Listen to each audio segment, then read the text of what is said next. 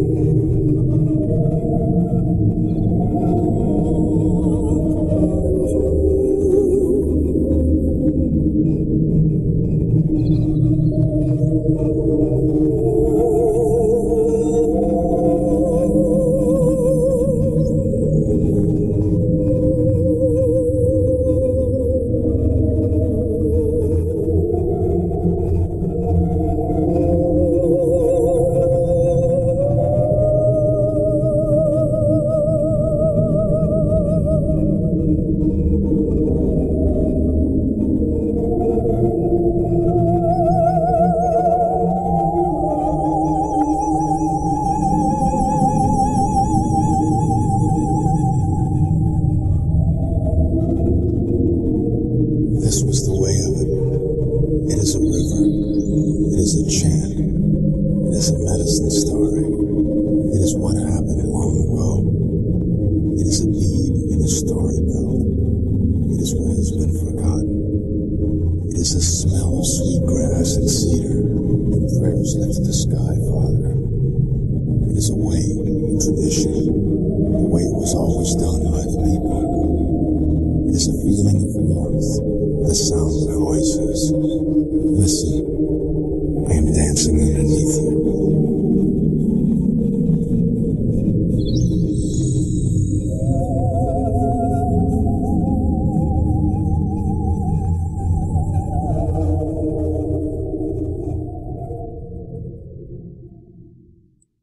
And welcome everybody to my first show on Awake Radio. I'm Pattie Walkinturtle, and I'm so happy to be here among family. I'm really excited about today's show, and I hope you will enjoy it. I'm going to throw quite a bit into the mix.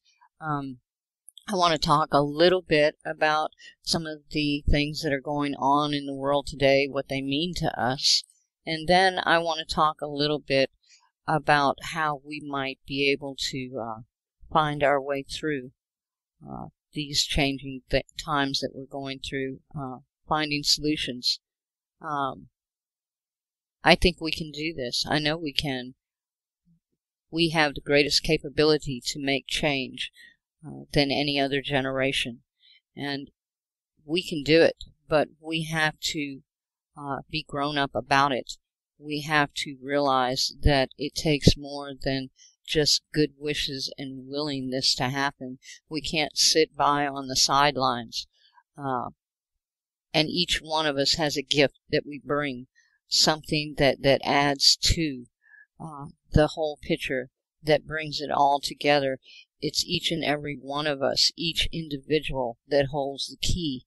And we have the ability to change the future for our children, for all living things. We can do this, and that's what I'm about. So that's what I hope these shows that I do for you on Awake Radio, also being simulcast on These Changing Times Radio, but that's what I hope that I can bring to you, that you may be able to benefit from, is the stories that I have to tell about life and my experiences. Also, the story of the mother of the earth and her gifts to us, and what they can provide.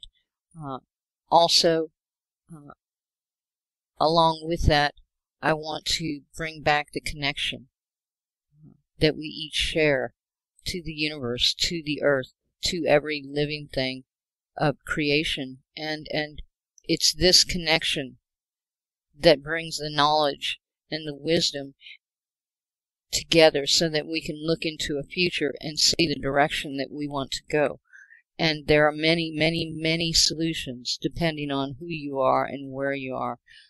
I want to get to the crux of the matter. I want to bring it down to its most basic level, because all the other stuff that's in the way that we have to wade through to get to the truth, it's just there to keep us from the truth. And the sooner that we can come together, the sooner that we can realize that we are the cure for what ails us, that we have all the knowledge, we have all the abilities, we have all of everything that we need. We don't need anything that's being offered by the machines, by the governments. In fact, everybody I know listening to me right now will sit with a surety and say that there is nothing that has come from our governments combined that can provide us with the benefits that we are truly looking for.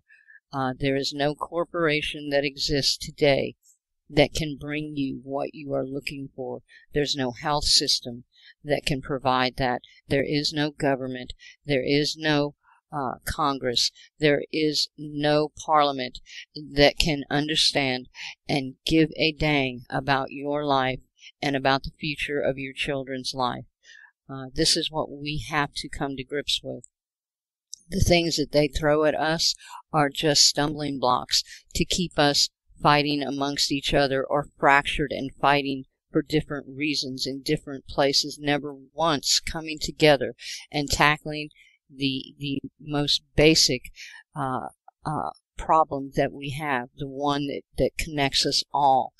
And in a lot of ways, it's a very, very simple solution based on many, many, many solutions. But we've got to know where to begin. We've got to come back to the origination of our connection, which is what has been taken away from us slowly but surely, incrementally.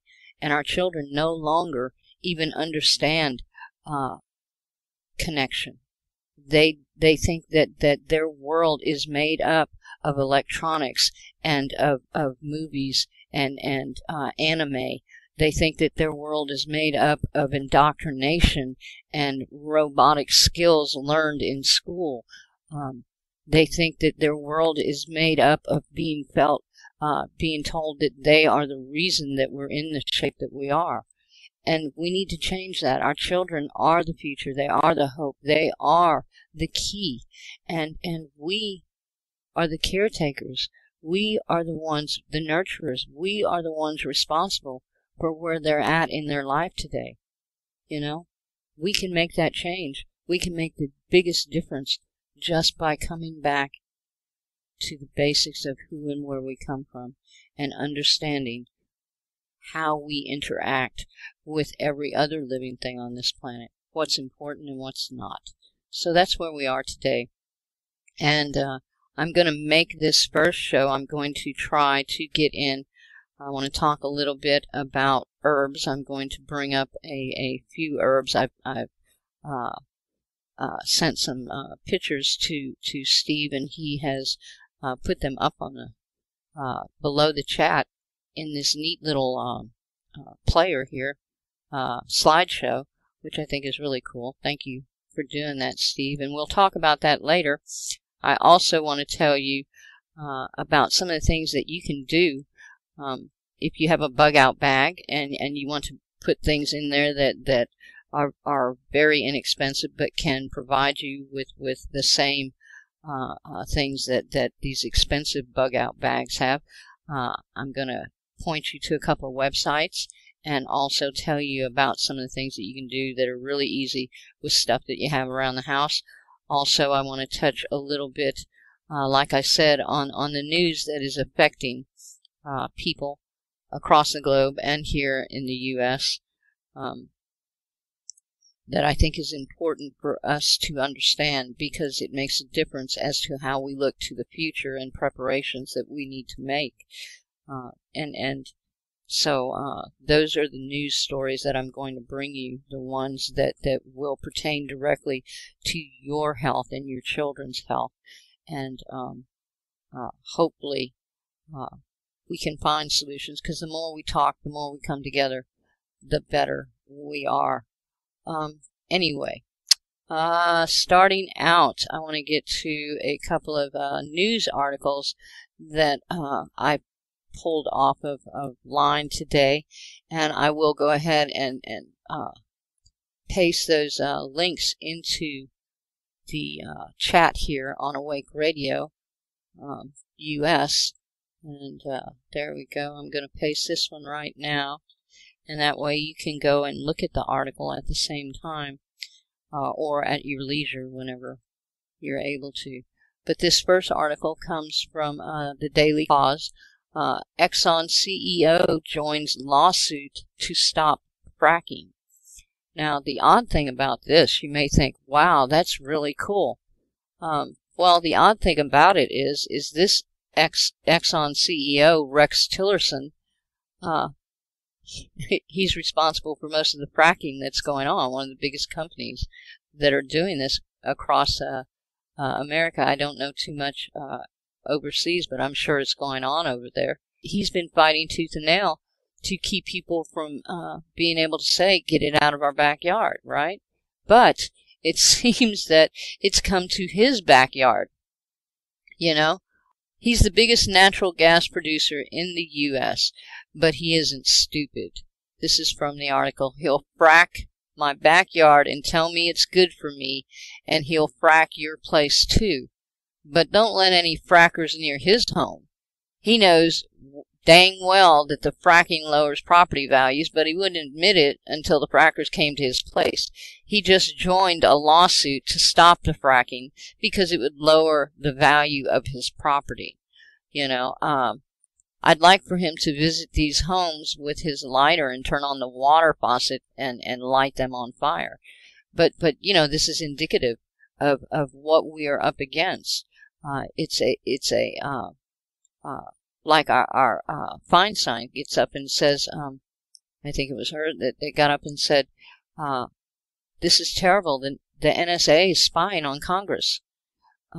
But she is working tandem with the CIA in order to spy on Americans. This is what we're up against. This is what I'm trying to say when I'm telling you that they don't care what you say. They don't care that you're not happy. They don't care that you don't want them to do it. They're not listening to you anymore. If they ever pretended they were listening to you, now they're not even doing that. They're letting you know that there's a distinct difference between you and them.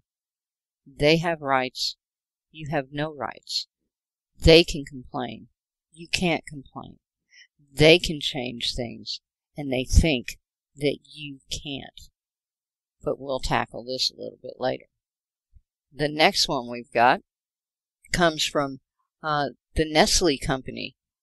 Nestle, you know, the one that markets to your children with the nice little caricatures and everything sweet and nice and lovey.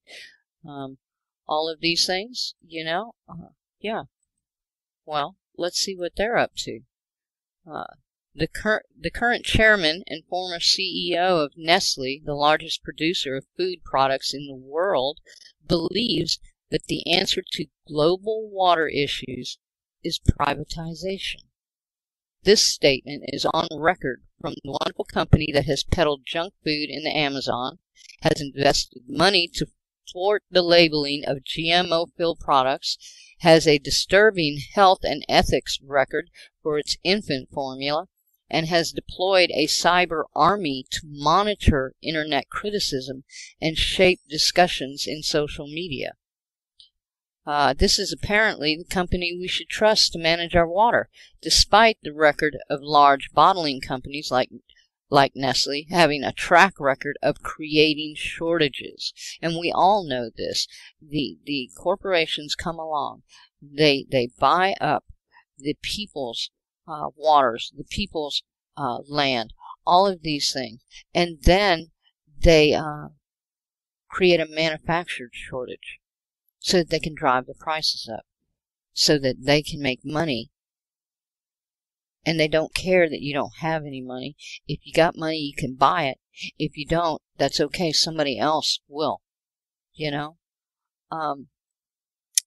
This is apparently the company we should trust to manage our water, despite the record of large bottling companies like Nestle having a track record of creating shortages. Large multinational beverage companies are usually given water well privileges and even tax breaks over their citizens because they create jobs, which is apparently more important to the local governments than water rights to other tax-paying citizens.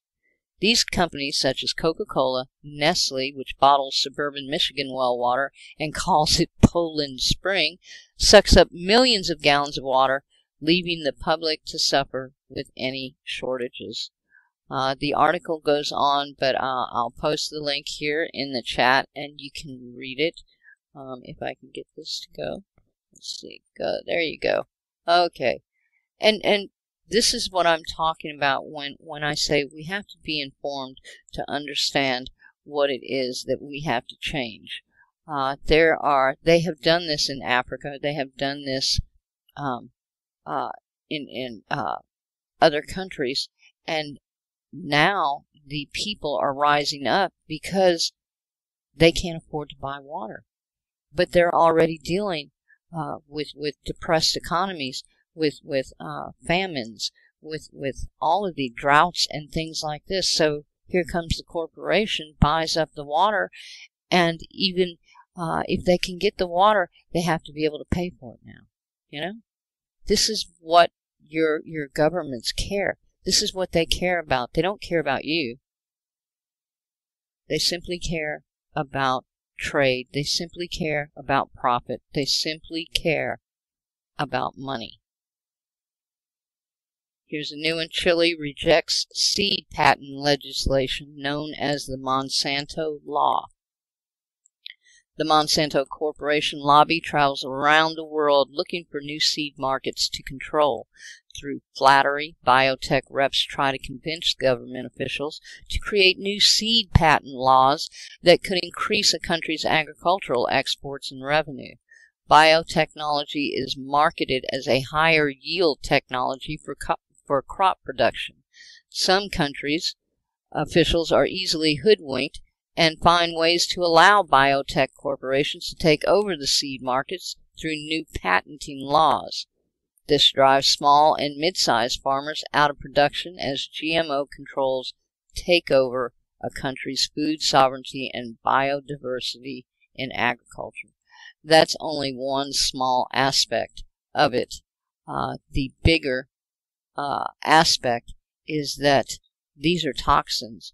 These are genetic mutations splicing together different life forms, different chemical compounds into a natural cellular structure. We don't know because they haven't been studied long enough, or either if Monsanto has, they will not allow us to see it.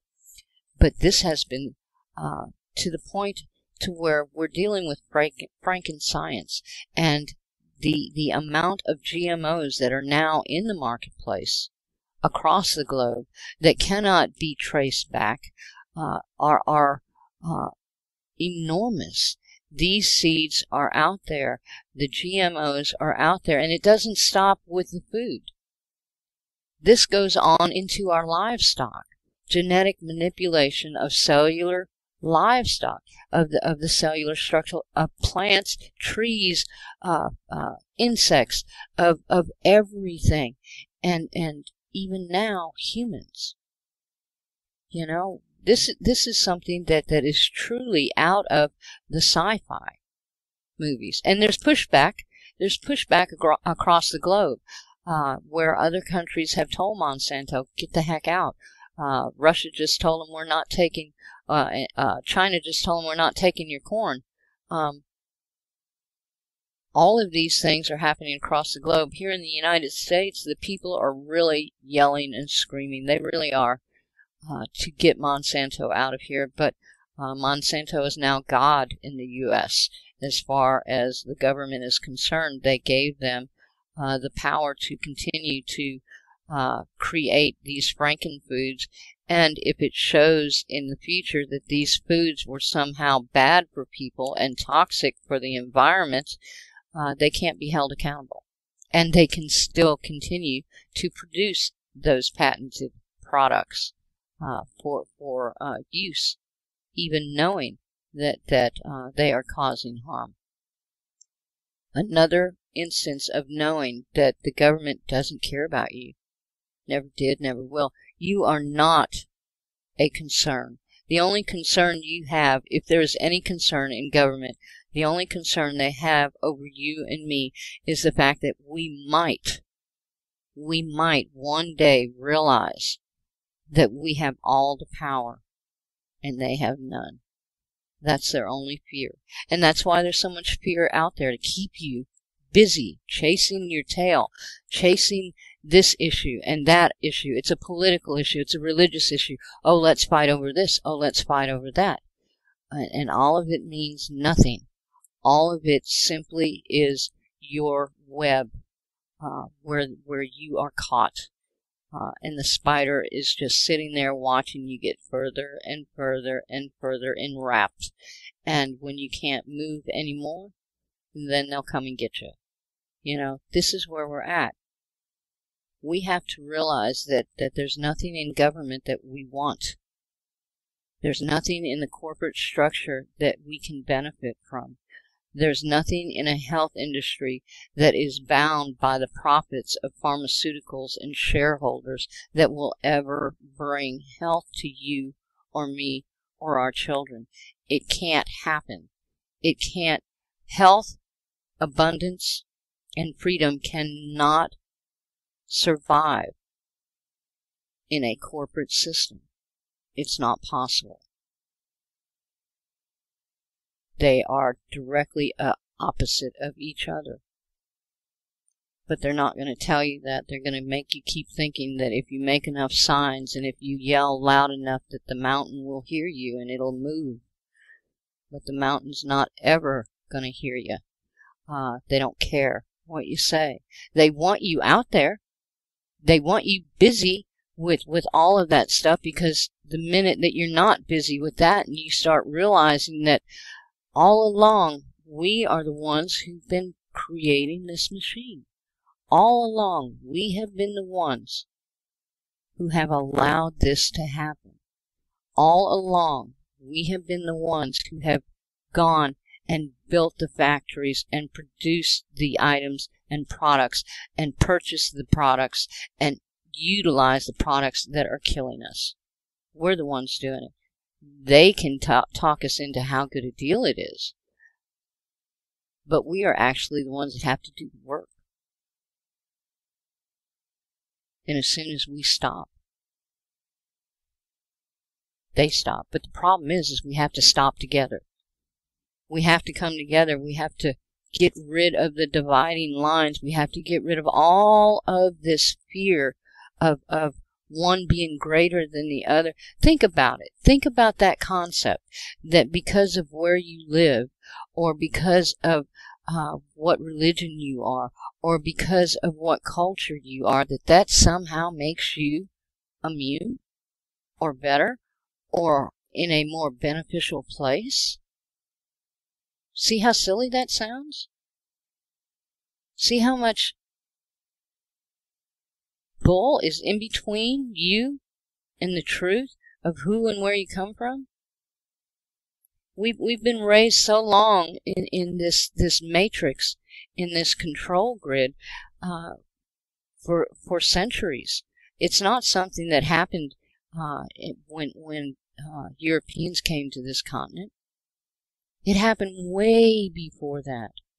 It happened in your continent before it happened to my continent, and it happened to someone else's continent before it happened to your continent. The craziest thing I ever hear is when people think that there are indigenous people and there are non-indigenous people on this earth. I think, how can that possibly be? How can everyone who lives here who was born here, whose parents came from the earth, whose ancestors came from this earth here that we're on, how can they not be indigenous? It's another thing to keep us apart, to keep us thinking that, oh, well, there are tribal people like American Indians who have the wisdom, who have da-da-da-da-da because of their struggle.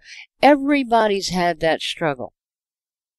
Every single culture. We're just the last ones they got to. The indigenous people that you recognize today are simply the last in a long line. And they're going to do the same thing to us that they did to you. They're going to take our stories. They're going to take our history.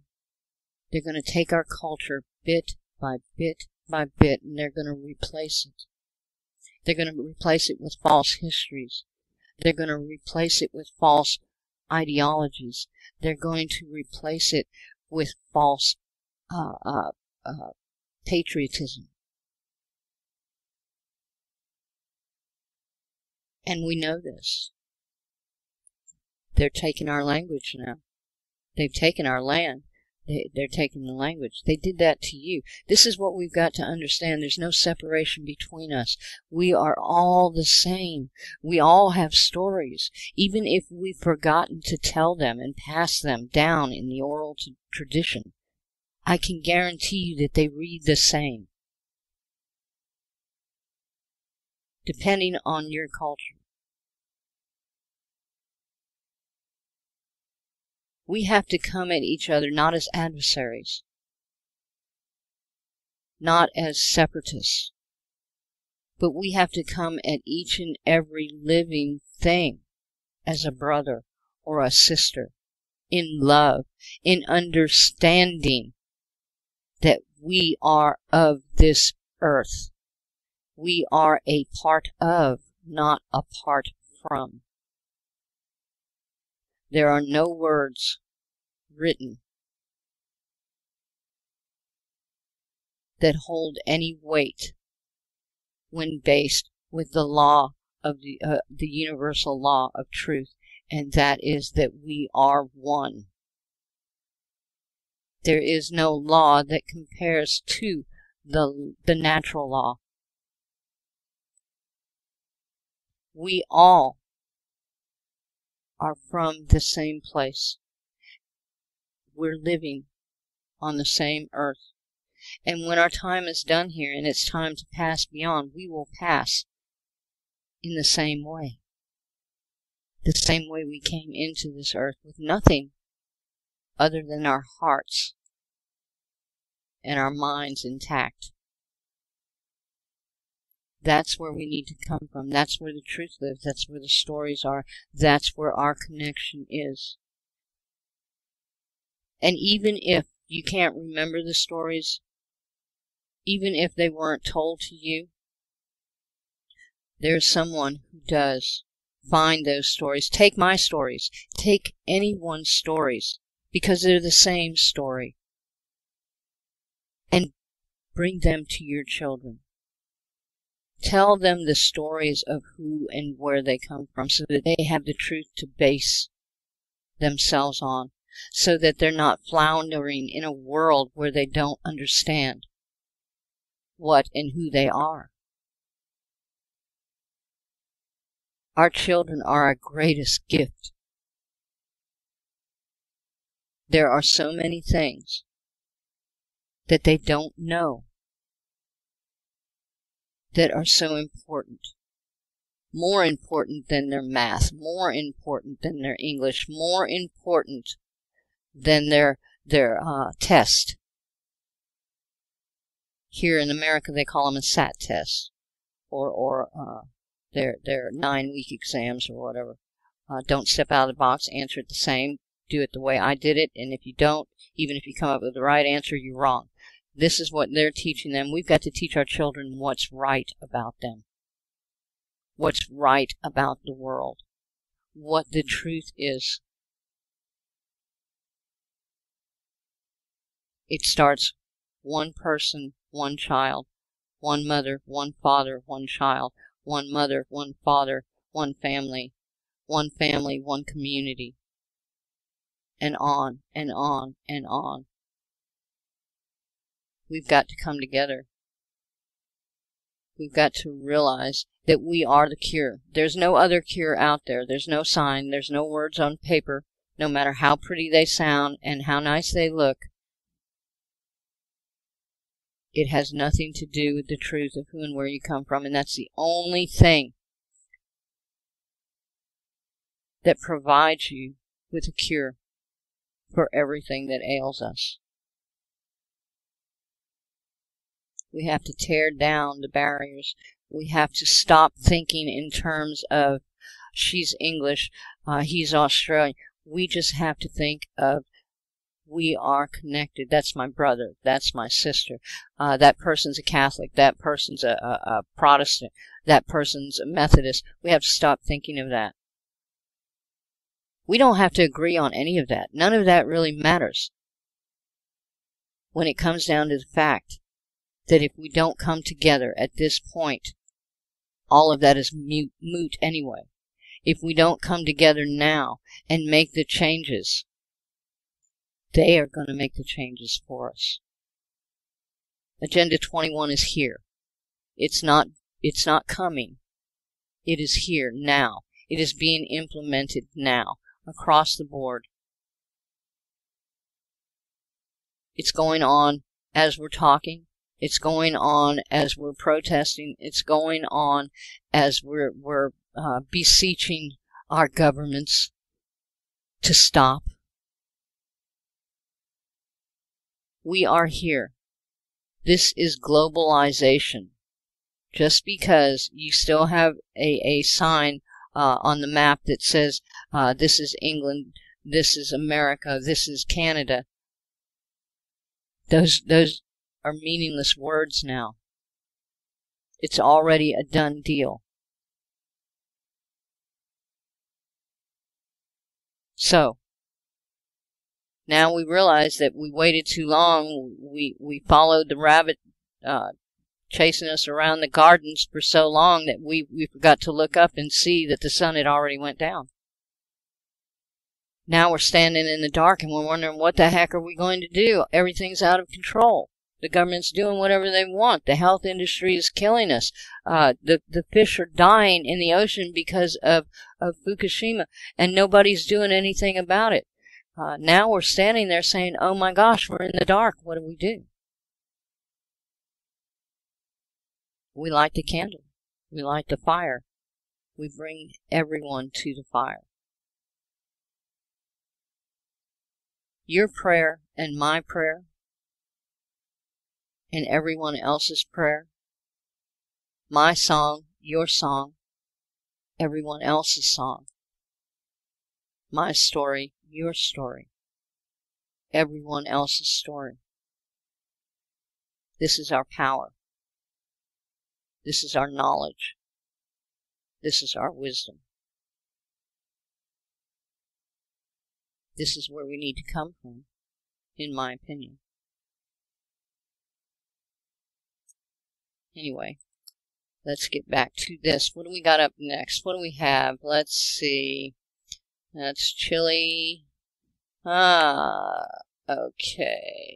Oh, I've got some sort. Let me give you these links that you can look up.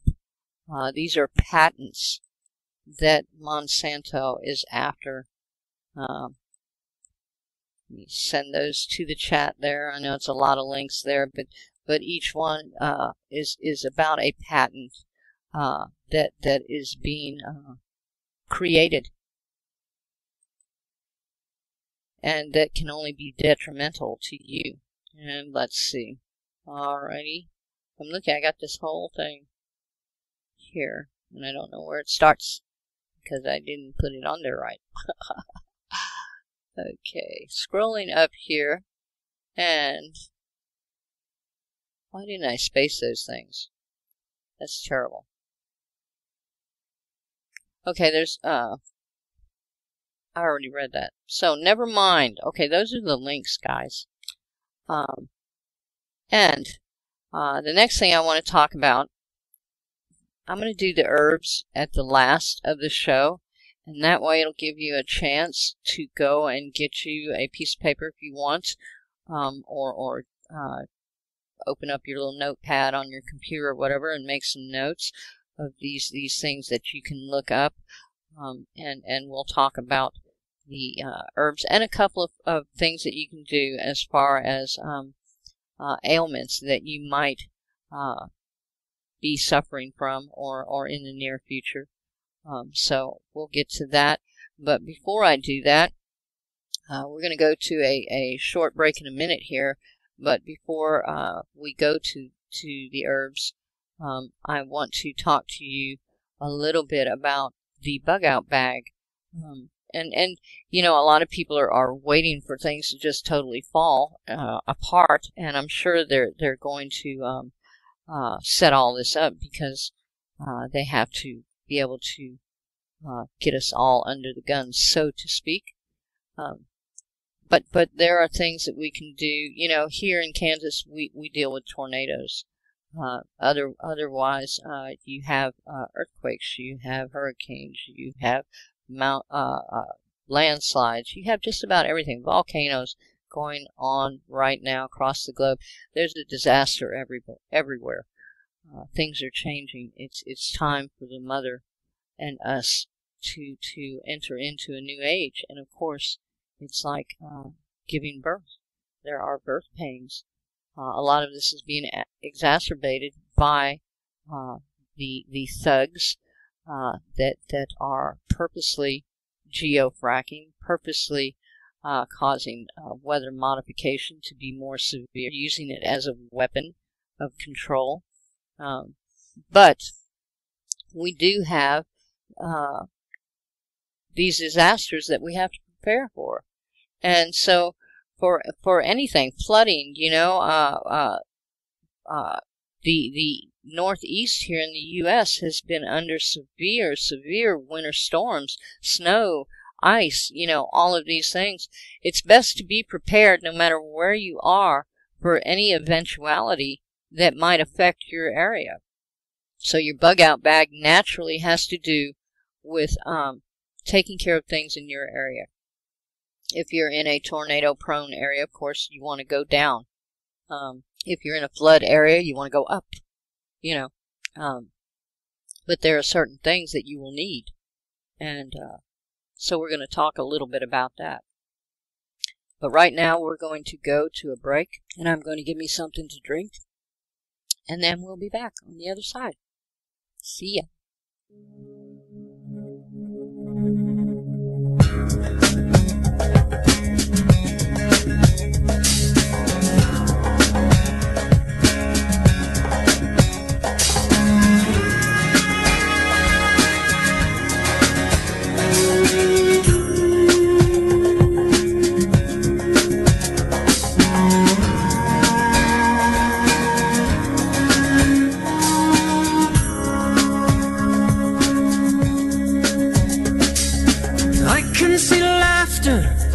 Or I can see tears.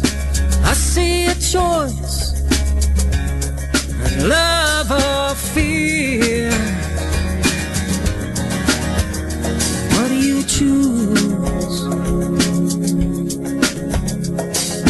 I can see peace, or I can see war.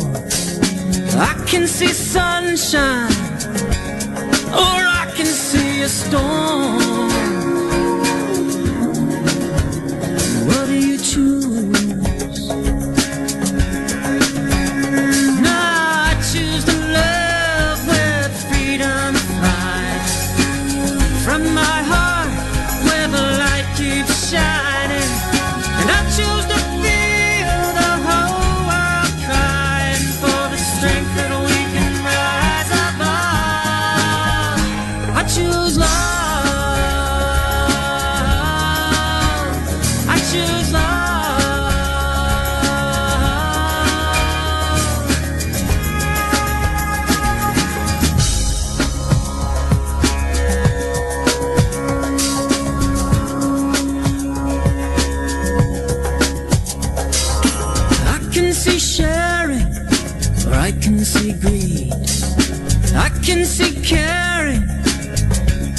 or poverty. So what do you choose? I can see gardens, or I can see bones. I can see life or death coming on strong.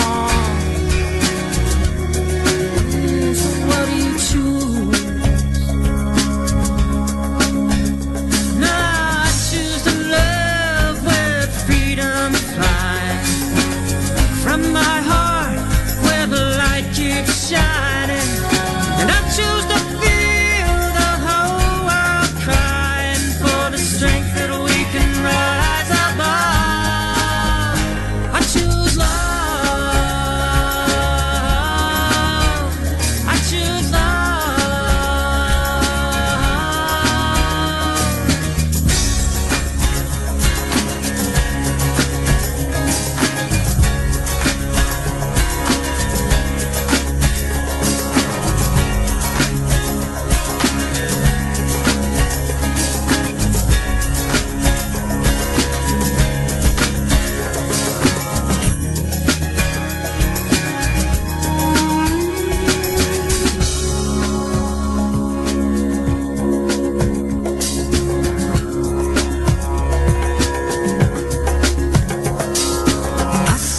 healing, darkness dying.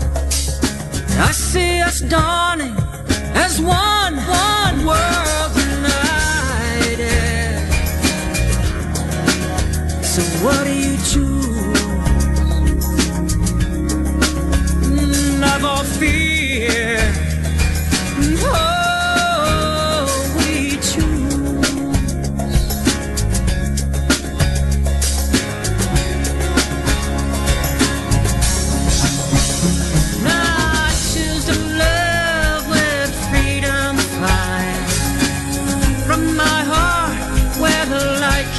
Shining, and I choose to feel the whole world crying, and I choose to feel one voice rising, and I choose to feel us all united in the strength that we can rise above. I choose love. I choose love.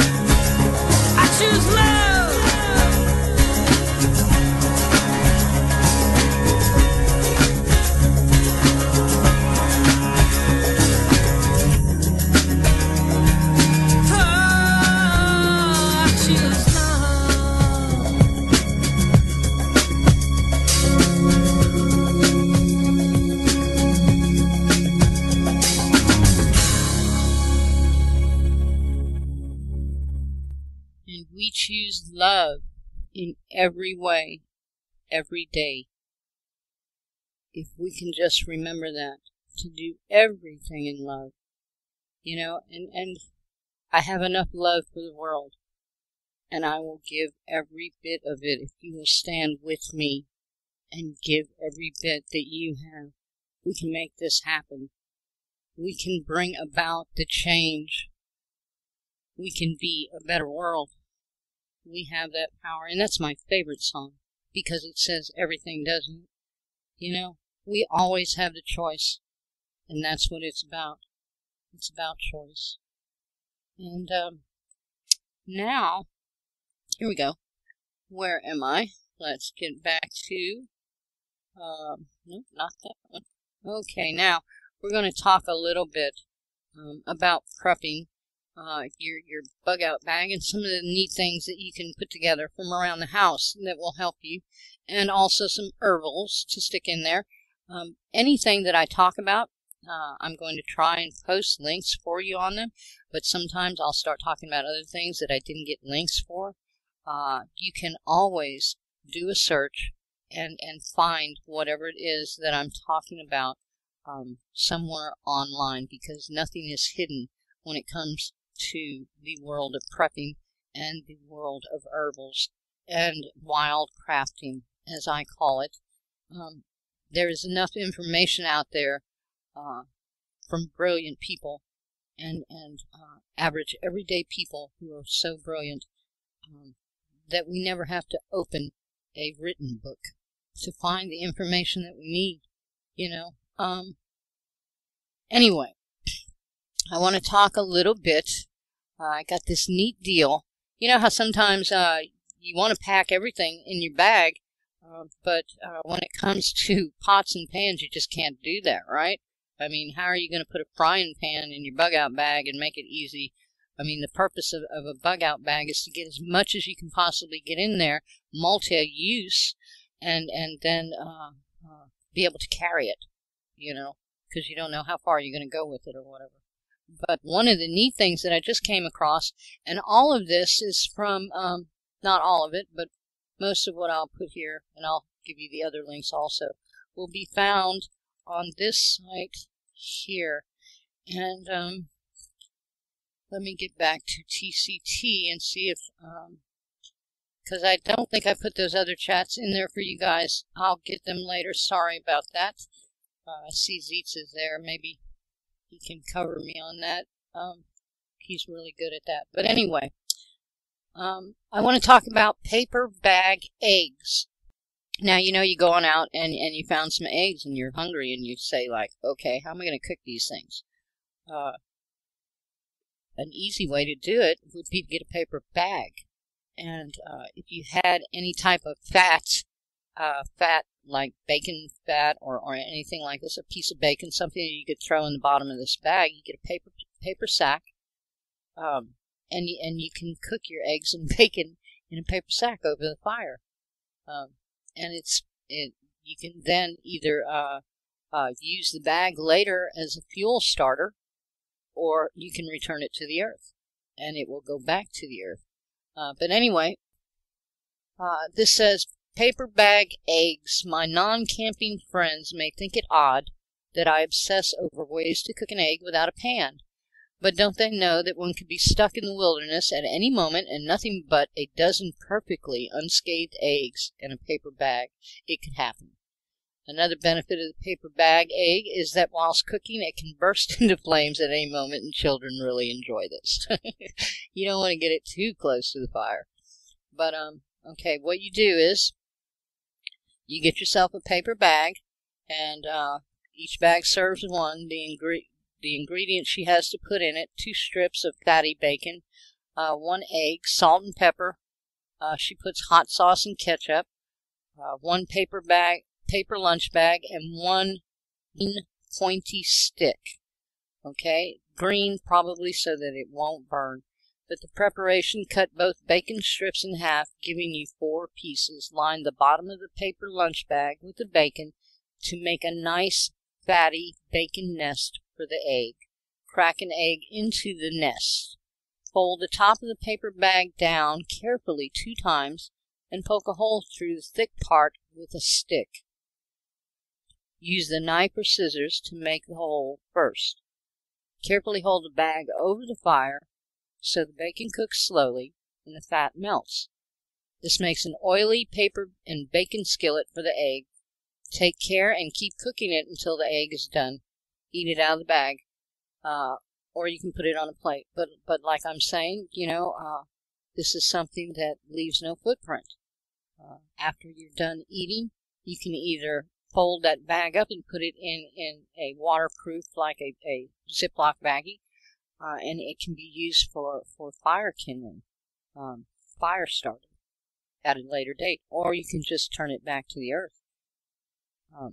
Anyway, here's another one that I thought was really neat: how to make a whistle using an acorn cap.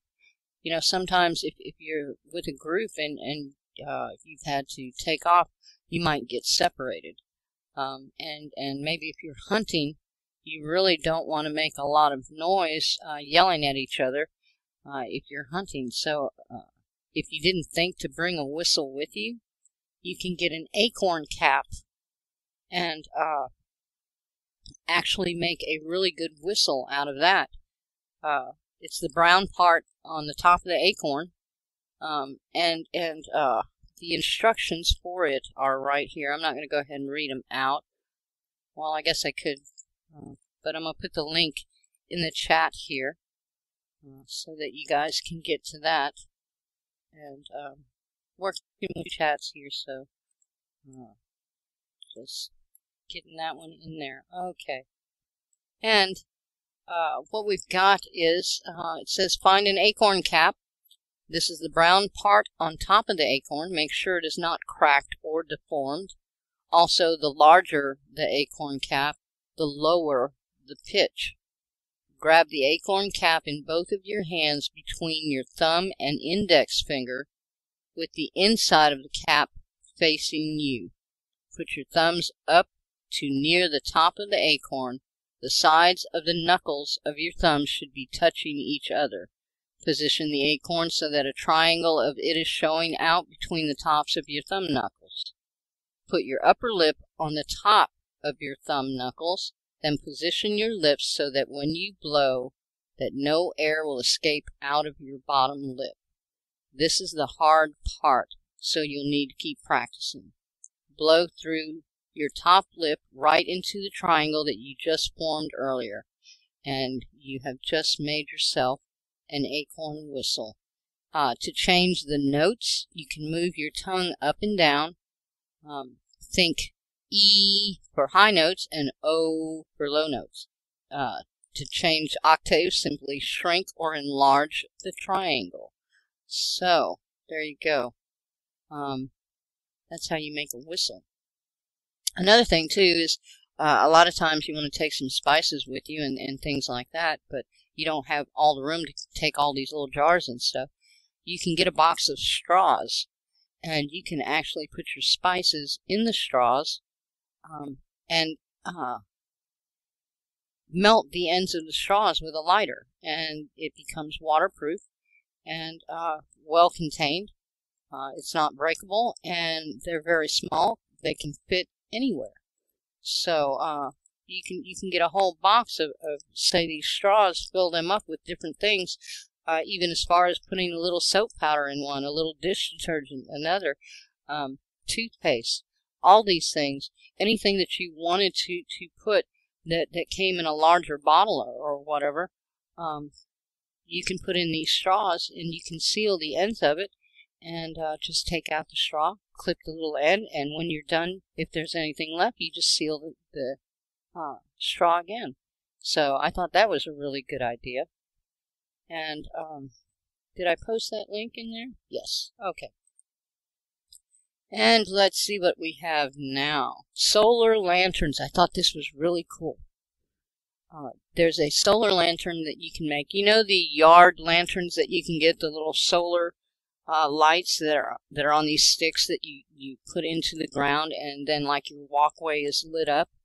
Well, you can take these solar caps that come off of these, and you can get a wide mouth mason jar. It has a dual purpose. You can put candles, you can put matches and other things that you want to protect in this jar to keep them for safe keeping, while utilizing the top of the jar for your lantern. And what you do is you take the mason jar that is like a canning jar, and it has a removable center lid. You'll take that center lid out, and you'll just be stuck with the ring of the mason jar cap.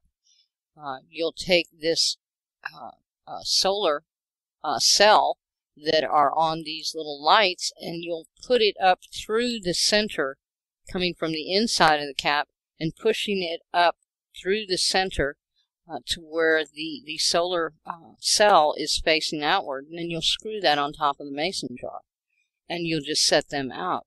So not only do you have a storage for all different types of little things, needles, tweezers, all these kind of things that can come in handy, but it also will double as a solar light.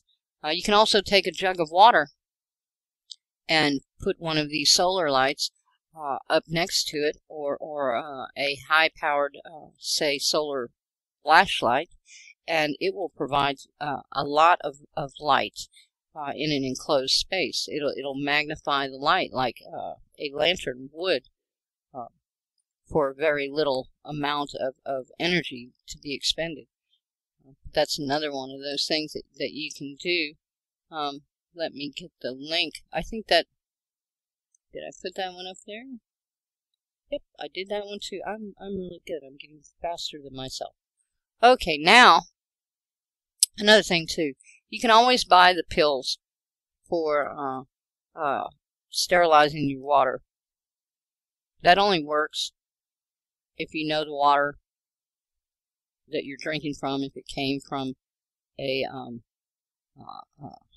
hose system or water line or something like that. But if you're out in the wild and you're going to a stream, you can either boil your water, but you can also use inner tree bark to filter water. You can bring yourself a mason jar, fill one jar with charcoal, fill another jar with sand. Make sure you wash your sand and have these two things, and set you up a drip filter system. If you have irrigation hose or small irrigation hose, a little roll of it isn't too expensive or whatever. You can usually find it anywhere. But you can create your own drip irrigation system, or you can get the things like the Berkey water bottle, sport bottles, which have a filter. It's like the sport water bottles, but at the end of the straw there is a high-powered filter that you can take scum water out of a pond and it will clean it. I have like 3 of these, and I keep them in my bug-out bag specifically for that. But there's many different things. I didn't provide the link for using tree bark because I haven't. That's something that I knew from when I lived in the swamp, but I'm sure it's on if you do a search for using inner tree bark to purify water. You can find it somewhere on there. But anyway, now I want to talk a little bit about some of the things that you might be able to put together to provide yourself ease from illnesses or things that you might suffer while in the wilderness or whatever. And of course the biggest one that we all face is going to be stomach upset. Something that you ate, just nerves in general, going without food, all of these different things, bug bites, anything can cause stomach upset. But here we have a digestive blend for the after effects of too much of everything. It'll work for gas, vomiting, indigestion, bloating, and nausea. This is what they consider the most universal blend. Okay? You use a 15 milliliter bottle, and you apply 4 drops topically to beer belly abdomen as needed to stop violent vomiting. We've seen small miracles happen by adding 2 drops under the tongue. It's not a bad idea to put part of the blend in a roller bottle for topical application if it makes it easy. Okay, and this is 30 drops of basil, 30 drops of clove, 20 drops of thyme or thyme, 20 drops of rosemary, 10 drops of ginger, and 10 drops of peppermint. And again, I'm going to put the link for this, which I didn't, but I'm going to do it right now, into the chat, and take that.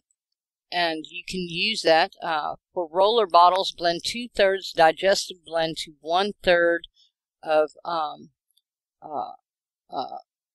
a oil or something that will make it go further, you know. But anyway, there's the link that you can check right there. And I'm going to post this into the chat on TCT, and there you go. Now, another thing, of course, if you're out, you're hiking, you're camping, of course, you're going to have bruises, scrapes, burns, and cuts. And both your animals as well as you. So, of course, I will tell you that this isn't on the list that I'm going to give you, but I will tell you that the one thing that everyone should have in their bug-out bag is cayenne. Capsicum is what you should have.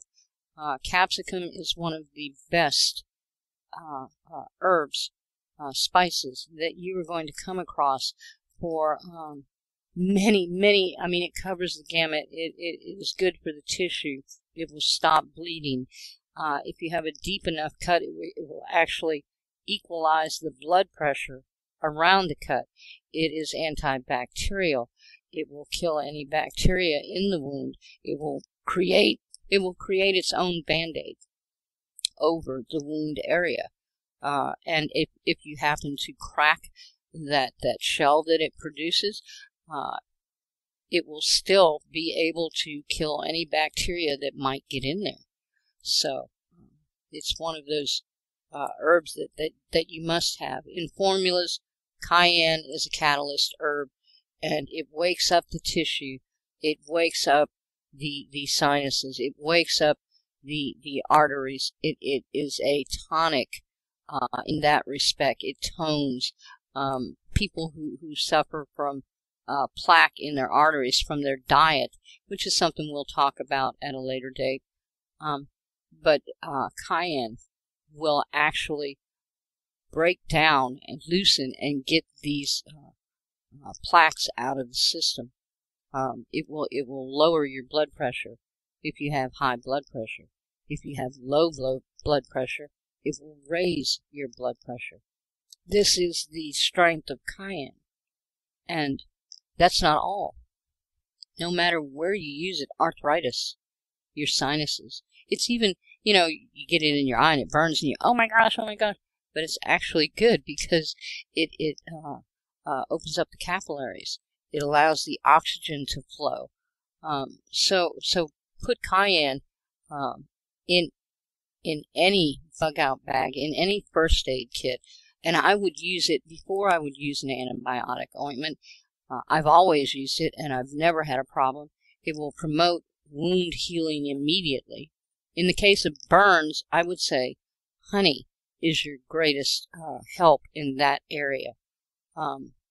Honey is also highly antibacterial, and it is specifically good on burns and treating the tissue of burns and reducing the amount of scarring and the amount of time healing.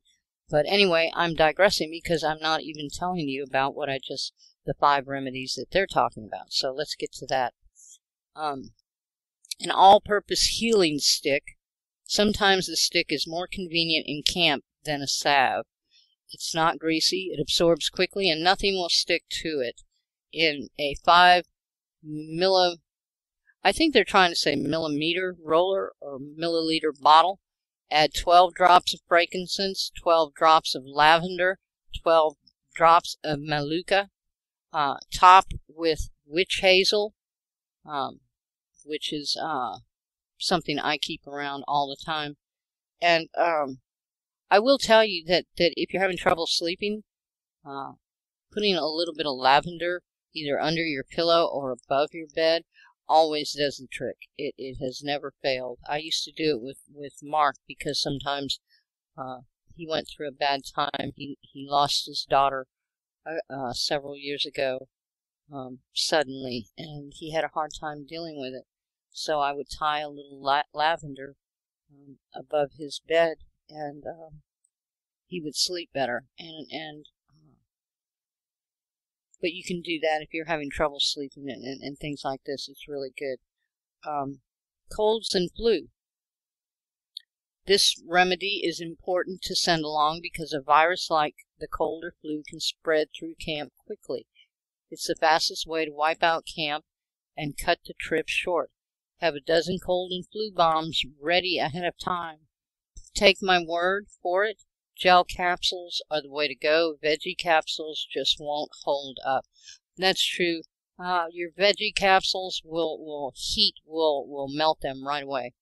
And another thing that you must understand, that if you have vegetable capsules out in nature and you don't have them secured, if there are squirrels, if there are rodents of any type, you won't have any capsules when you wake up because they love them. They will eat them. Just saying. I'm speaking from experience. Learned that one. Okay, the cold and flu bomb. Fill a sized double-aught gel capsule with 3 drops of oregano, 3 drops of shield. I don't know what that is, but I'm sure if you go to the website, they'll let you know. 3 drops of melaleuca. Take every 3 hours until symptoms disappear. Anyone in camp that experiences the amazing cold and flu bomb remedy will be a believer in EOS by the end of the trip. Makes Mike's top 5 remedies for the great outdoors. Okay, another thing that I will tell you, oregano oil, just about the best. Okay, garlic, in raw form, in dried form, it doesn't matter. Also sage tea, fennel seed. If it is due, if you're having problems with stomach flu and you need relief, these are some of the things that you have right around your house, and you can utilize them to a great degree to bring comfort for stomach flu. So you might try those also. Chafing. Now, how many of us have been hiking on a long day or whatever and been very uncomfortable by the time we got back to camp?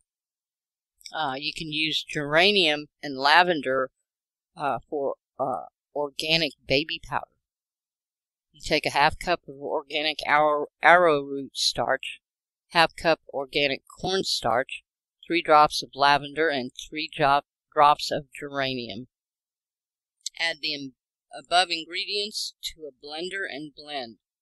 Spread out in a glass casserole and let dry for several hours. She says she stores hers in repurposed containers, preferably former shaker containers, like empty mineral makeup jars. Okay, sore muscles. Our favorite extreme athletes sometimes forget their age. That never happens, right? No. And tromp off into the woods to scale mountains or wrestle grizzlies, only to consider the consequences of their actions after they're in so much pain they'll let you use any EO on them.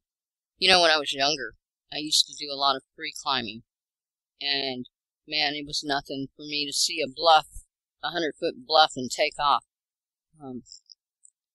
I couldn't do that now, unless I was properly motivated. If I had to get up that frickin' bluff, I guarantee you that I would be up there. But I would definitely need something like this by the time I got back to camp, because I'm a little bit older now, and my body has gotten very vocal. It's not afraid to tell me anymore when I'm doing something that is causing it pain. And but anyway, those are from the website, campwander.com, so please be sure to check those out. And that is some of the remedies that we have that you can utilize. Of course, there's so many others, but those were a couple of good ones. And there's a train going by right now. I don't know if everybody can hear that. But what we're going to do, again, I'm going to go ahead and take a quick break, and we'll switch tactics. And when we come back, go ahead, if you want, and have your pen and paper ready, and we will go through your spice cabinet, and we will do some wild harvesting in our backyards and find out what we've got out there and what it's good for. So we're going to get to that after we listen to this next song. And you are listening to me, Pattie Walkinturtle. I'm on Awake Radio, and I'm also being simulcast on These Changing Times Radio.new.com. So we will be back after this, and I hope you'll join us.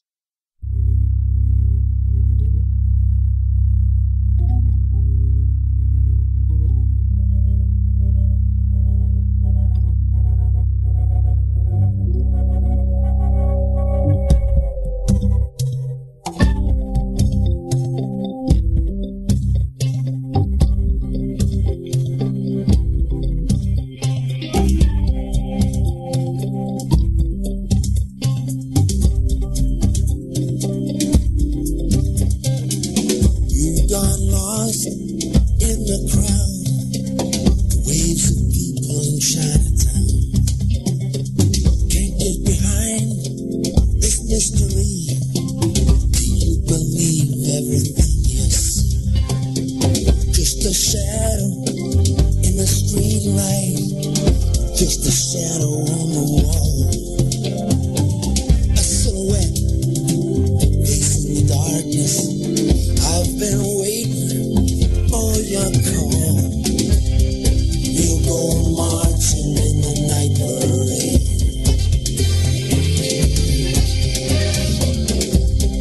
We'll be marching in the night parade.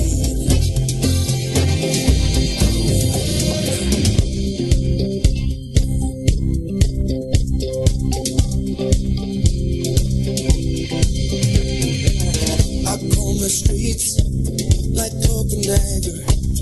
I put the word out on the waterfront.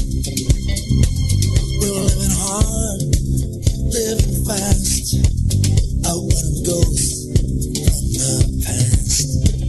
Just a shadow in the moonlight, just a shadow on the wall. A silhouette, the kiss of death. Did somebody take the fall? We'll go marching in the night parade.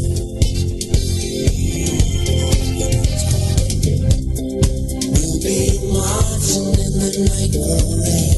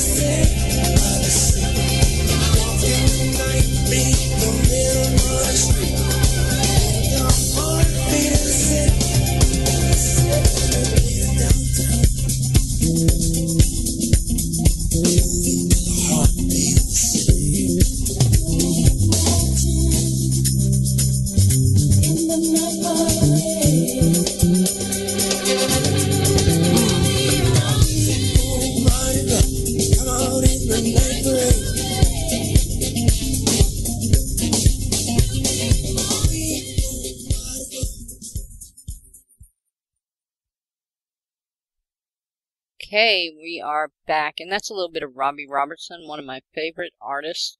If you want to check him out, you can find him, I think, on YouTube. Also, he's got a couple of albums out there.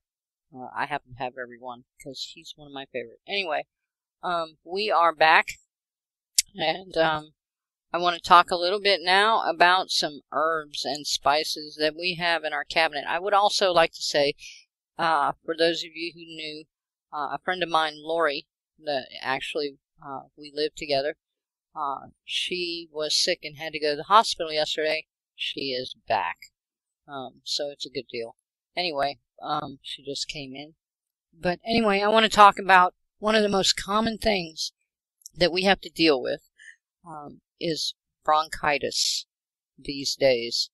And it's COPD, and mostly caused, I am pretty sure, by the chemtrailing that is going on nonstop in our atmosphere, and the pollutants and toxins that are in our air from just regular industrial corporate filth that gets pumped out. There's only so much that our lungs can handle without having to have problems. And it's hard to keep on top of it when all the food, water, and air you breathe is carrying all these toxins. So we have to keep on top of it. It's not something that is going to go away, I think, as long as they're chemtrailing. Me and Lori, we've had bronchitis throughout our lives, but it's never been bad until recently with the type of chemtrailing that we've been having. We were doing really good, and then 2 days ago, we had Chemtrail City above us, and sure enough, on that same night when we woke up the next morning, we were both having bronchial attacks. And of course, I had to go ahead and take Lori in, and she got some breathing treatments that have helped her. But it was very severe for her. So, but anyway, there are things that we can do for bronchitis. I'm going to give you a couple of herbs. I've got their Latin names and for a formula, and I'm going to put it in the chats here just shortly that I'm going to be talking about, and then I'm going to tell you about my formula that I use. But this is one that is recommended. So, oops, my chat. Okay, back. Okay, there you go. There are. I think they're in the chat now. I hope they went in there. I don't see them. Looks like the chat might not be working for me on Awake Radio anymore. So, Zeets, I know that you're in there. If that link did not post when I put it through there, would you go ahead and set that up for me? Thank you, Zeets. Zeets is my right-hand guy. He makes everything work for me. He's wonderful. But anyway, the herbs that I'm going to talk about are honeysuckle, forsythia, and eucalyptus. And I put the Latin names in case there is a difference in what you have to what you have over there. You know, sometimes the names are different or whatever. So I'm closing out what I don't need here in order to get to what I need. Okay. And you can use this for viral bronchitis, bacterial bronchitis, due to either a chronic issue that you have or outside pollutants, such as what I just talked about, chemtrails. Even formaldehyde can cause bronchial reactions. You know, that new car smell, that new house smell.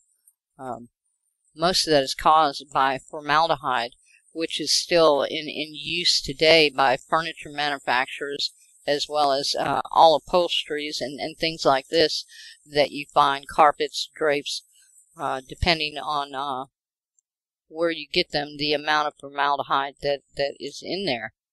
It's nothing that you can get away from unless you have hemp and you can make your own fabrics and your own curtains and things like this. So it makes sense that we have these herbs.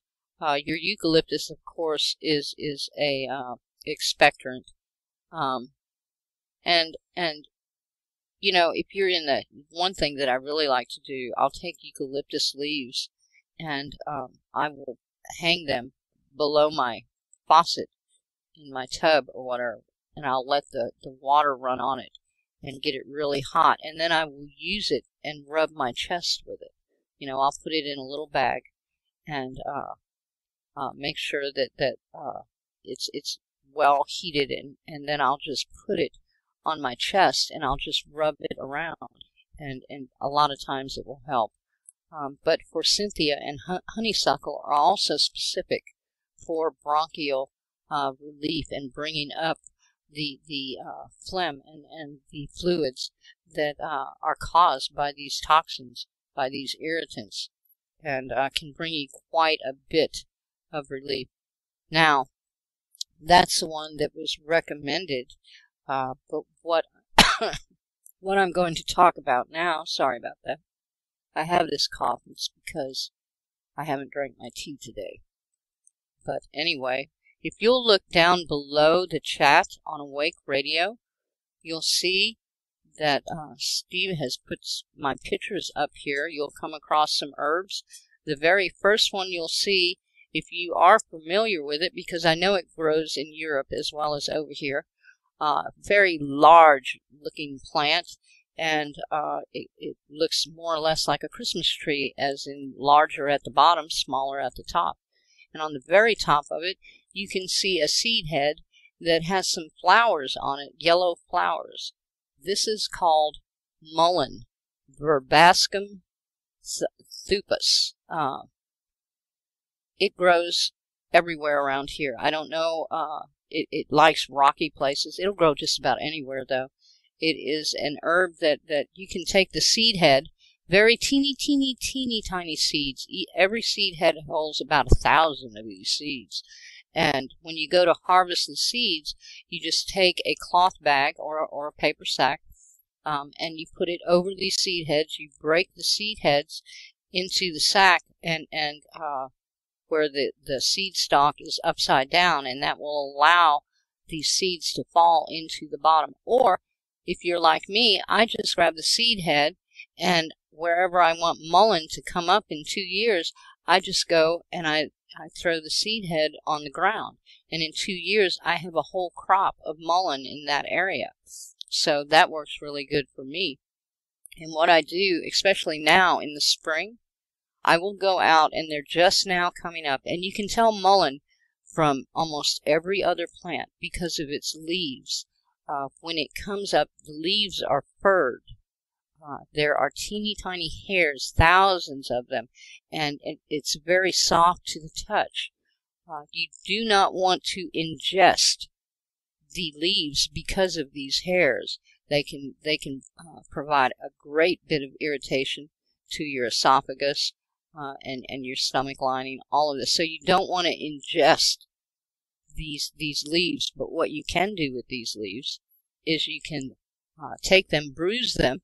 You want the young leaves, and you can take them and you can bruise them, and you can make a tea out of them, strain the tea, and drink the mullein. I have never, ever had it not work. There's never been a time that mullein has not worked for me as an expectorant. Also, there's another benefit to mullein, and the fact that it grows so prolifically. Except for in the deep south where there's a lot of water. It doesn't like a lot of water. It likes drainage. It'll grow on the sides of a ditch, but it won't grow in the ditch. But what you can do if you have wounds, mullein is excellent on healing tissue. It has antibacterial properties that are very, very important to keeping the wound clear and clean of bacteria fighting infections in that way. And it will actually stimulate tissue growth. Also, one of the best antioxidants that you can find. Well, let me go on. I'm moving. The next picture that we have, I should stay on track.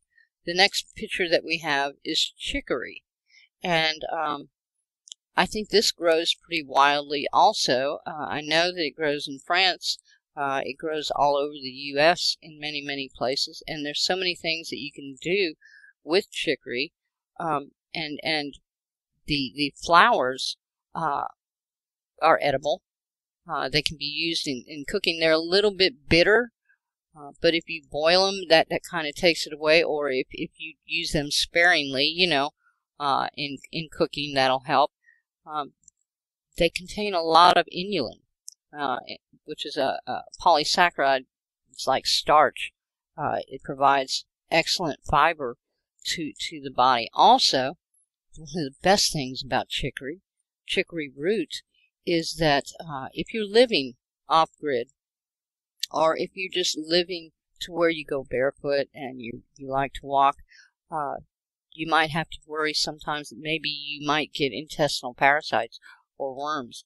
Chicory root is the best for getting rid of this. Nothing better except for black walnut. Black walnut hulls are exceptional in that regard. We'll talk about that at another show, though. But the volatile oil of chicory root is a natural vermifuge, which will get rid of worms and intestinal parasites in the system. It's a very good herb to find out in nature. If you're out there, that's one of the herbs that you should keep an eye out for. And if you see, the flowers are very distinct.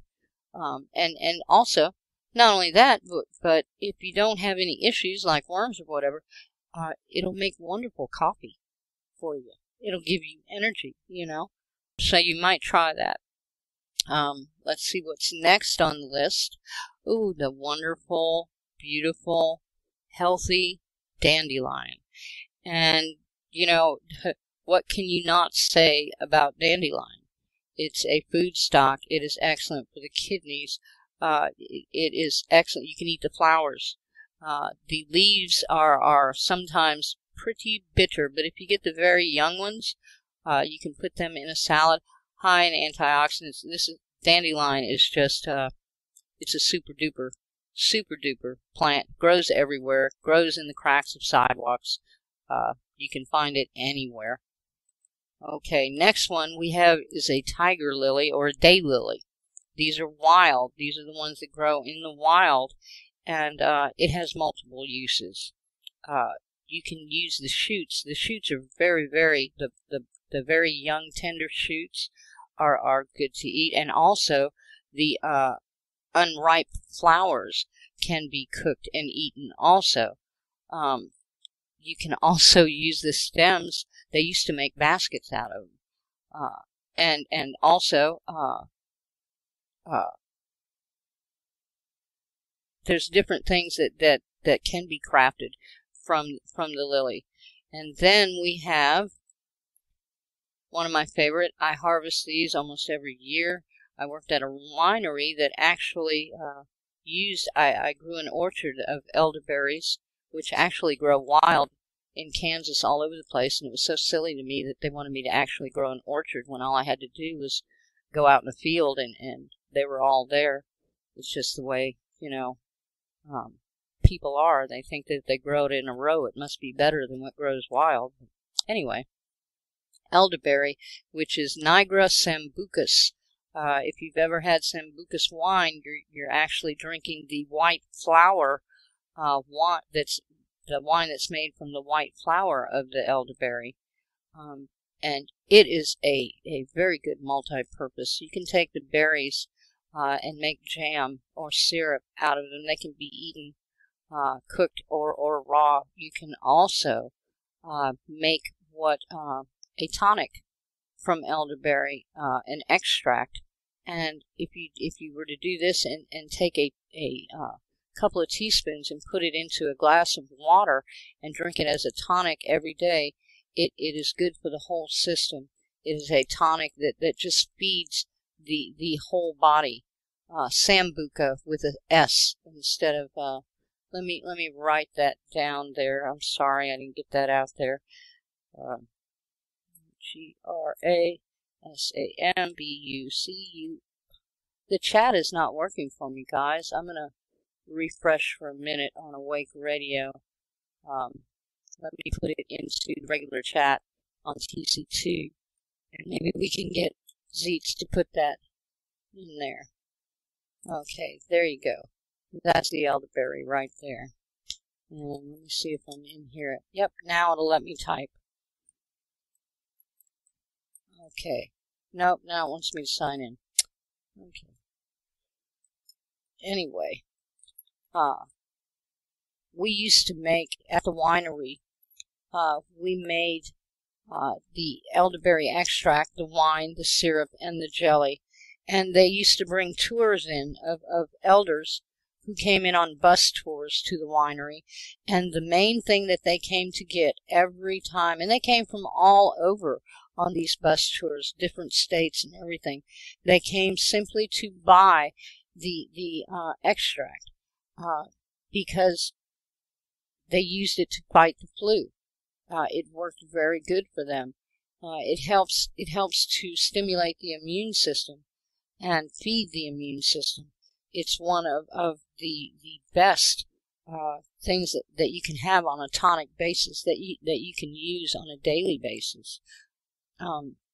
However, and I'll talk about this at another show also, there is a way to use medicinal properties of herbs and the way the body utilizes them and a system that the body uses that is important to remember when taking herbs. And we'll talk a little bit about it more in a later show, but I will tell you that when taking herbal remedies, it is good to take them for a certain period of time and then stop. And do not take them for maybe a week, like you'll take them for 3 weeks. At the end of the 3rd week, do not take the herb anymore. Allow your system to utilize what it already has to make sure that it is fed, and then resume again in the next week. In this way, you're not overburdening the system.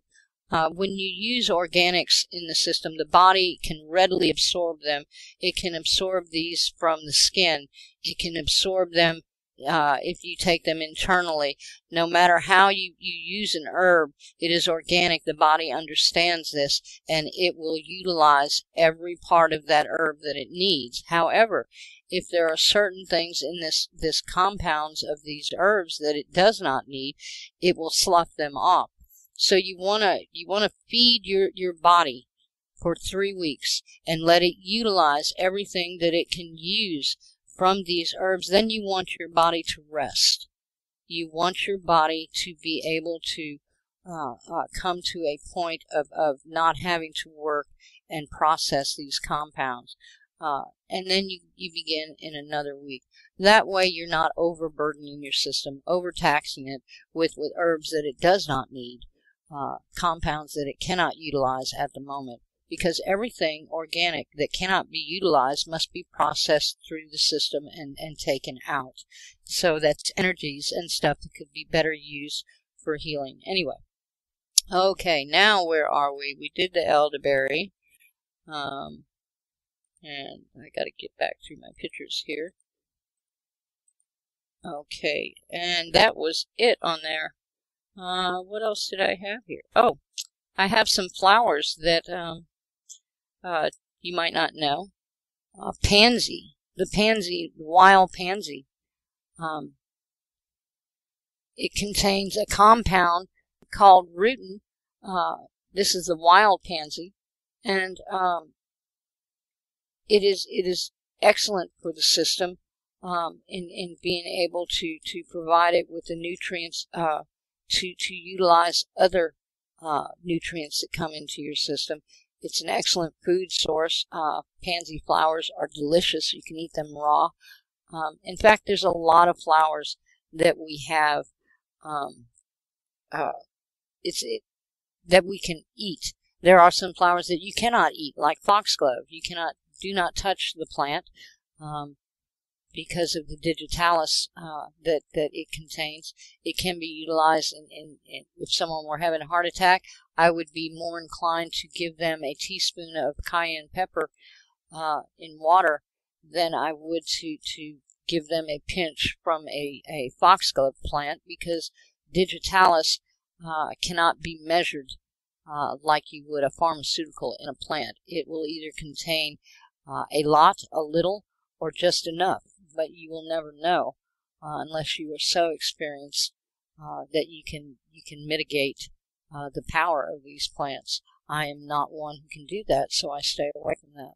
But I always do keep a little jimson weed seed pod, and I always keep a leaf or two of foxglove separate and away from everything else, because if you have a bug out bag and you're out in the wilderness and you happen to be come upon by people who mean you harm, you can be really very nice to them and just make them a cup of tea.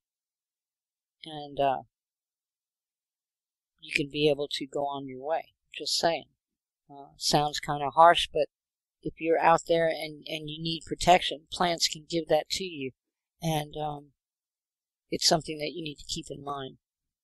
Anyway, where are we on the time? We got about 30 minutes. And what I want to talk about right now is the importance of honoring plants, of honoring their gift to us. We are organic beings. Everything that we are is made up of living things.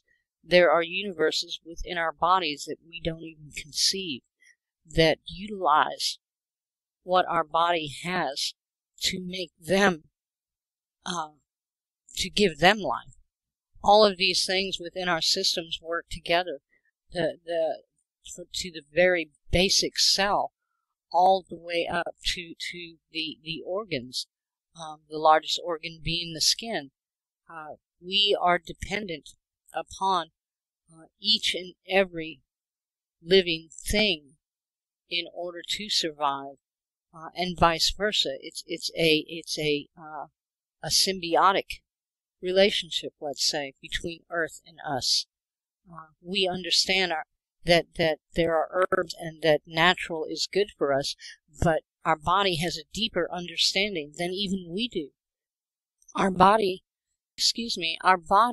is magic when you think about it, and the miracle that happens every time we ingest something organic into our bodies. We don't think about it. We think about how it tastes good, how it makes us full, how we feel good after we eat it. But your body sees it in a totally different light. The gratification that you feel at the end of a meal can either be a detriment to your body, or it can be a benefit. But either way, you're going to feel full. Your body might not be getting what it needs, but you'll feel full. So we have to come to the realization that organics is the way to go. That if we want to live, we must exist within our own realm of existence, being organic. I'm not talking about the spiritual nature of our stuff. That's another food that we must intake on a daily basis. But it comes from everywhere. It comes from love. It comes from each other. It comes from life. It is never in short supply. It is only our choosing that makes it so. But as far as our bodies, the organic nature of our body, it requires, it demands, it exists on organic living with the life therein, vital, wholesome foods, in order to heal itself, in order to function at the very basis to the most complex of systems within us. So, having said this, it's very important for you to understand that while you're eating that McDonald's hamburger, your body is starving. Your body is dying. Every bite you're taking, your body is dying. You're feeling better, it tastes good, smells good, feels good in the tummy, but your body is dying because of it. Slowly. And every time you ingest a toxin into your system that has no benefit to your system, you're killing it. You are committing murder against your body. Okay? And your body's going to start yelling at you sooner or later. It's going to start screaming out. And the only way it can do that is in pain. Is by showing you the pain. By getting your attention. And by that time, you've already done enough damage to where pharmaceuticals are going to be the only thing that's going to give you quick enough relief to make it worth your while. So what you have to do is start thinking smart. Thinking that your body is a living thing. It's not your body and you control it and it'll take whatever you give it. It's a living organism that is carrying your brain around, keeping your brain alive. So if you're not treating your body well, and you become sick and you become ill, then who's to blame? I mean, you killed yourself. Come on. I know that sounds really terrible, but it's the truth. You have to be responsible. Your children are eating dyes. They are eating sugars that are manufactured sugars. They are eating metal, heavy metals in their cereal. They are getting plastic in their food, petrochemicals in their food. How many of these things can the body utilize? Therefore, we have to become intelligent. We have to start thinking in terms of an organic structure. We have to start thinking in terms of building a like cornucopia of energy, of profound nutrition. Because if we don't, then we have to turn to the medical establishment. And the medical establishment says, oh, I can make you feel better.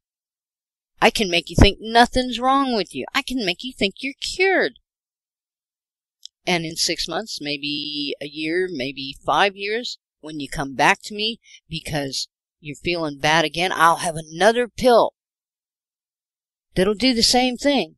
And it'll make sure that you come back to me in another year. And by the time you've gone through 10 years of taking my pharmaceutical feel-good pills, you'll be dead.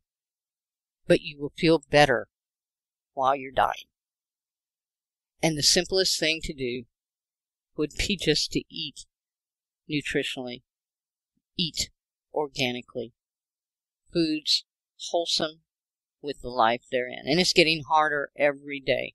So you have to take it into your own hands. You have to start looking outside of the supermarkets for your cures. You have to start looking outside of the pharmaceutical industry for the feel-goods. You have to start being responsible for yourself, for your own health and your children's health. You know, they talk about ADHD now, how it's rampant. Put the kids on psychotropic drugs because they can't behave in class. You know, and we're putting them on pharmaceuticals, and they're not even done growing. Their minds aren't even done growing yet. How can we think this is right? What part of that is normal for a child?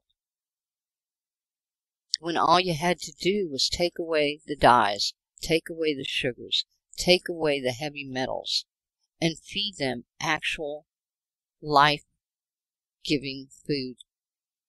Your body knows when you put something in it what it can utilize and what it can't. What it can't utilize goes into the stomach, and the stomach tries to break it down, tries to get rid of it. But a lot of times it can't get rid of it because it doesn't have the tools to break this down small enough to get it out of your system. So what does it do? It absorbs it back into the body.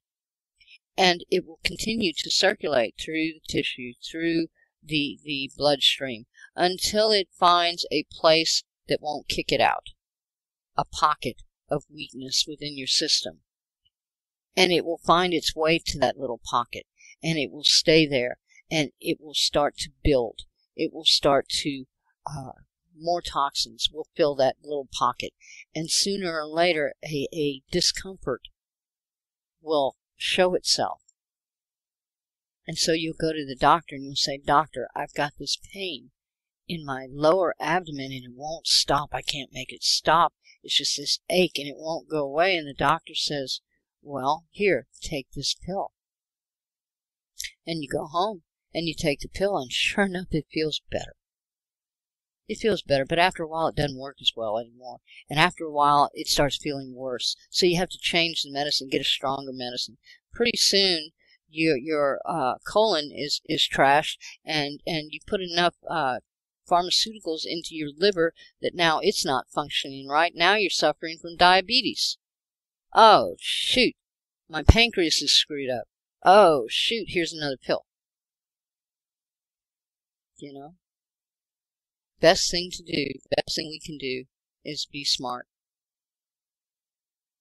There is enough information out there.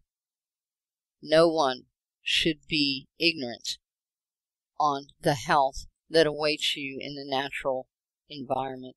If you're interested in herbs, if you're interested in spices, in your spice cabinet, you would be amazed if you opened your spice cabinet and realized that 90% of what's in there is medicine in your body that can treat so many ailments. Oil of oregano is one of the best that you will find out there against counteracting the flu and things like this. There are so many. Cayenne, rosemary, thyme, as we were talking about. All of these herbs that are in your spice cabinet can be utilized for your benefit. There's another thing that you can do. The body requires protein. It requires certain polypeptide chains to promote complete amino acid chains that will support the body. One of the best things that you can do is grow yourself a little barley grass in your windowsill. It doesn't take much room. You can put it in your windowsill. You can perpetually grow it. Trim it like you would if you was going out to mow your grass, and utilize that in either drink form or eating it raw. And you would not believe the benefit that your body will receive from something as simple as barley grass. You know, we have that ability every day. Every day. The only thing it takes is the commitment to self, the commitment to health. And we've got that.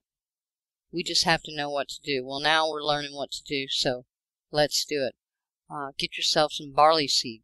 Get you a little tray. Put it in your south-facing window with southern exposure and plant them. Allow them to come out, come up. You don't want to let them get very tall. You want the young. You don't want it maturing, and you sit there, and every day you can clip if you need to, and you can make yourself a smoothie or put it into your salads. Eat it raw. Don't cook it, because as soon as you start cooking it, it loses its mass. It loses its compounds. It loses its vitality, and therefore is not as healthy. But apple cider vinegar, a teaspoon every day in a glass of water. The old adage, an apple a day keeps the doctor away, was never more true. The apple is chock full of things beneficial to the body. Apple cider vinegar, organic. Anything pasteurized has already lost its nutritional value. And don't let them scare you. You know, they want to tell you that pasteurization is the only way to go to protect the milk supply, to protect the apple cider, and that's a lie. You just have to make sure that when you buy apple cider, organic apple cider, you know where it's coming from, which is what you want to do anyway. You know? But anyway, we are almost out of time. We've got about 10 minutes left, and I hope you guys have really enjoyed the show. I've really enjoyed coming back to this. It's been a while since I've talked about the herbs and about utilizing them, and I'm really happy to be able to be here with you guys. And I'll be back next week, and I'm not sure what I'll be bringing next week, but I know that we'll have the last of the show, we'll deal with herbs. If there are any herbs that you want me to cover, or any illnesses that you think are pertinent that you would like me to cover, if you can send a word to me, if you're on the TCT site, just message me. I'm also on Facebook, Pattie walkinturtle. I'm also on Skype, PM walkinturtle. And you can just email me at walkinturtle@yahoo.com.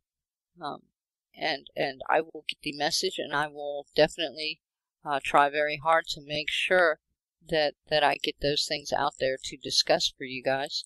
And hopefully in the future I'll have a couple of people on who can also come on and talk a little bit about health and about herbs and things like this. So, but what I want to do mostly is empower everybody to realize that they have everything they need right now in their minds, their hearts, and their bodies. They don't need a system, a corrupt system, to be able to exist in peace and abundance. We have this ability, each and every one of us.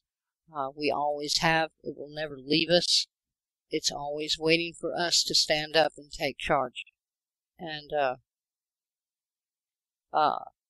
we can, I'm trying to do two things now.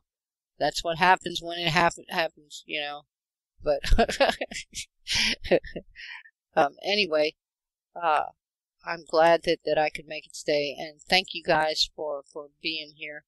I'm going to play a couple songs now, and I want to make sure that everybody knows how I feel about you, how important you are to me, and how important life is to me. And so I want to play this one song, if I can pull it up here. If I can get it, but I don't. There it is. All right. I knew I'd find it somewhere. This is something that speaks to all of us, and it tells the truth of who and where we come from and what's important in life. This is from B.C. Smith. It's from the soundtrack on Smoke Signals, which is a very good movie. You ought to check it out. You can see it, I think, on YouTube even. But anyway, this is B.C. Smith and All My Relations. And I love you guys, each and every one of you. And I'll see you next week on the other side. This is Pattie Walkinturtle, and I'm out.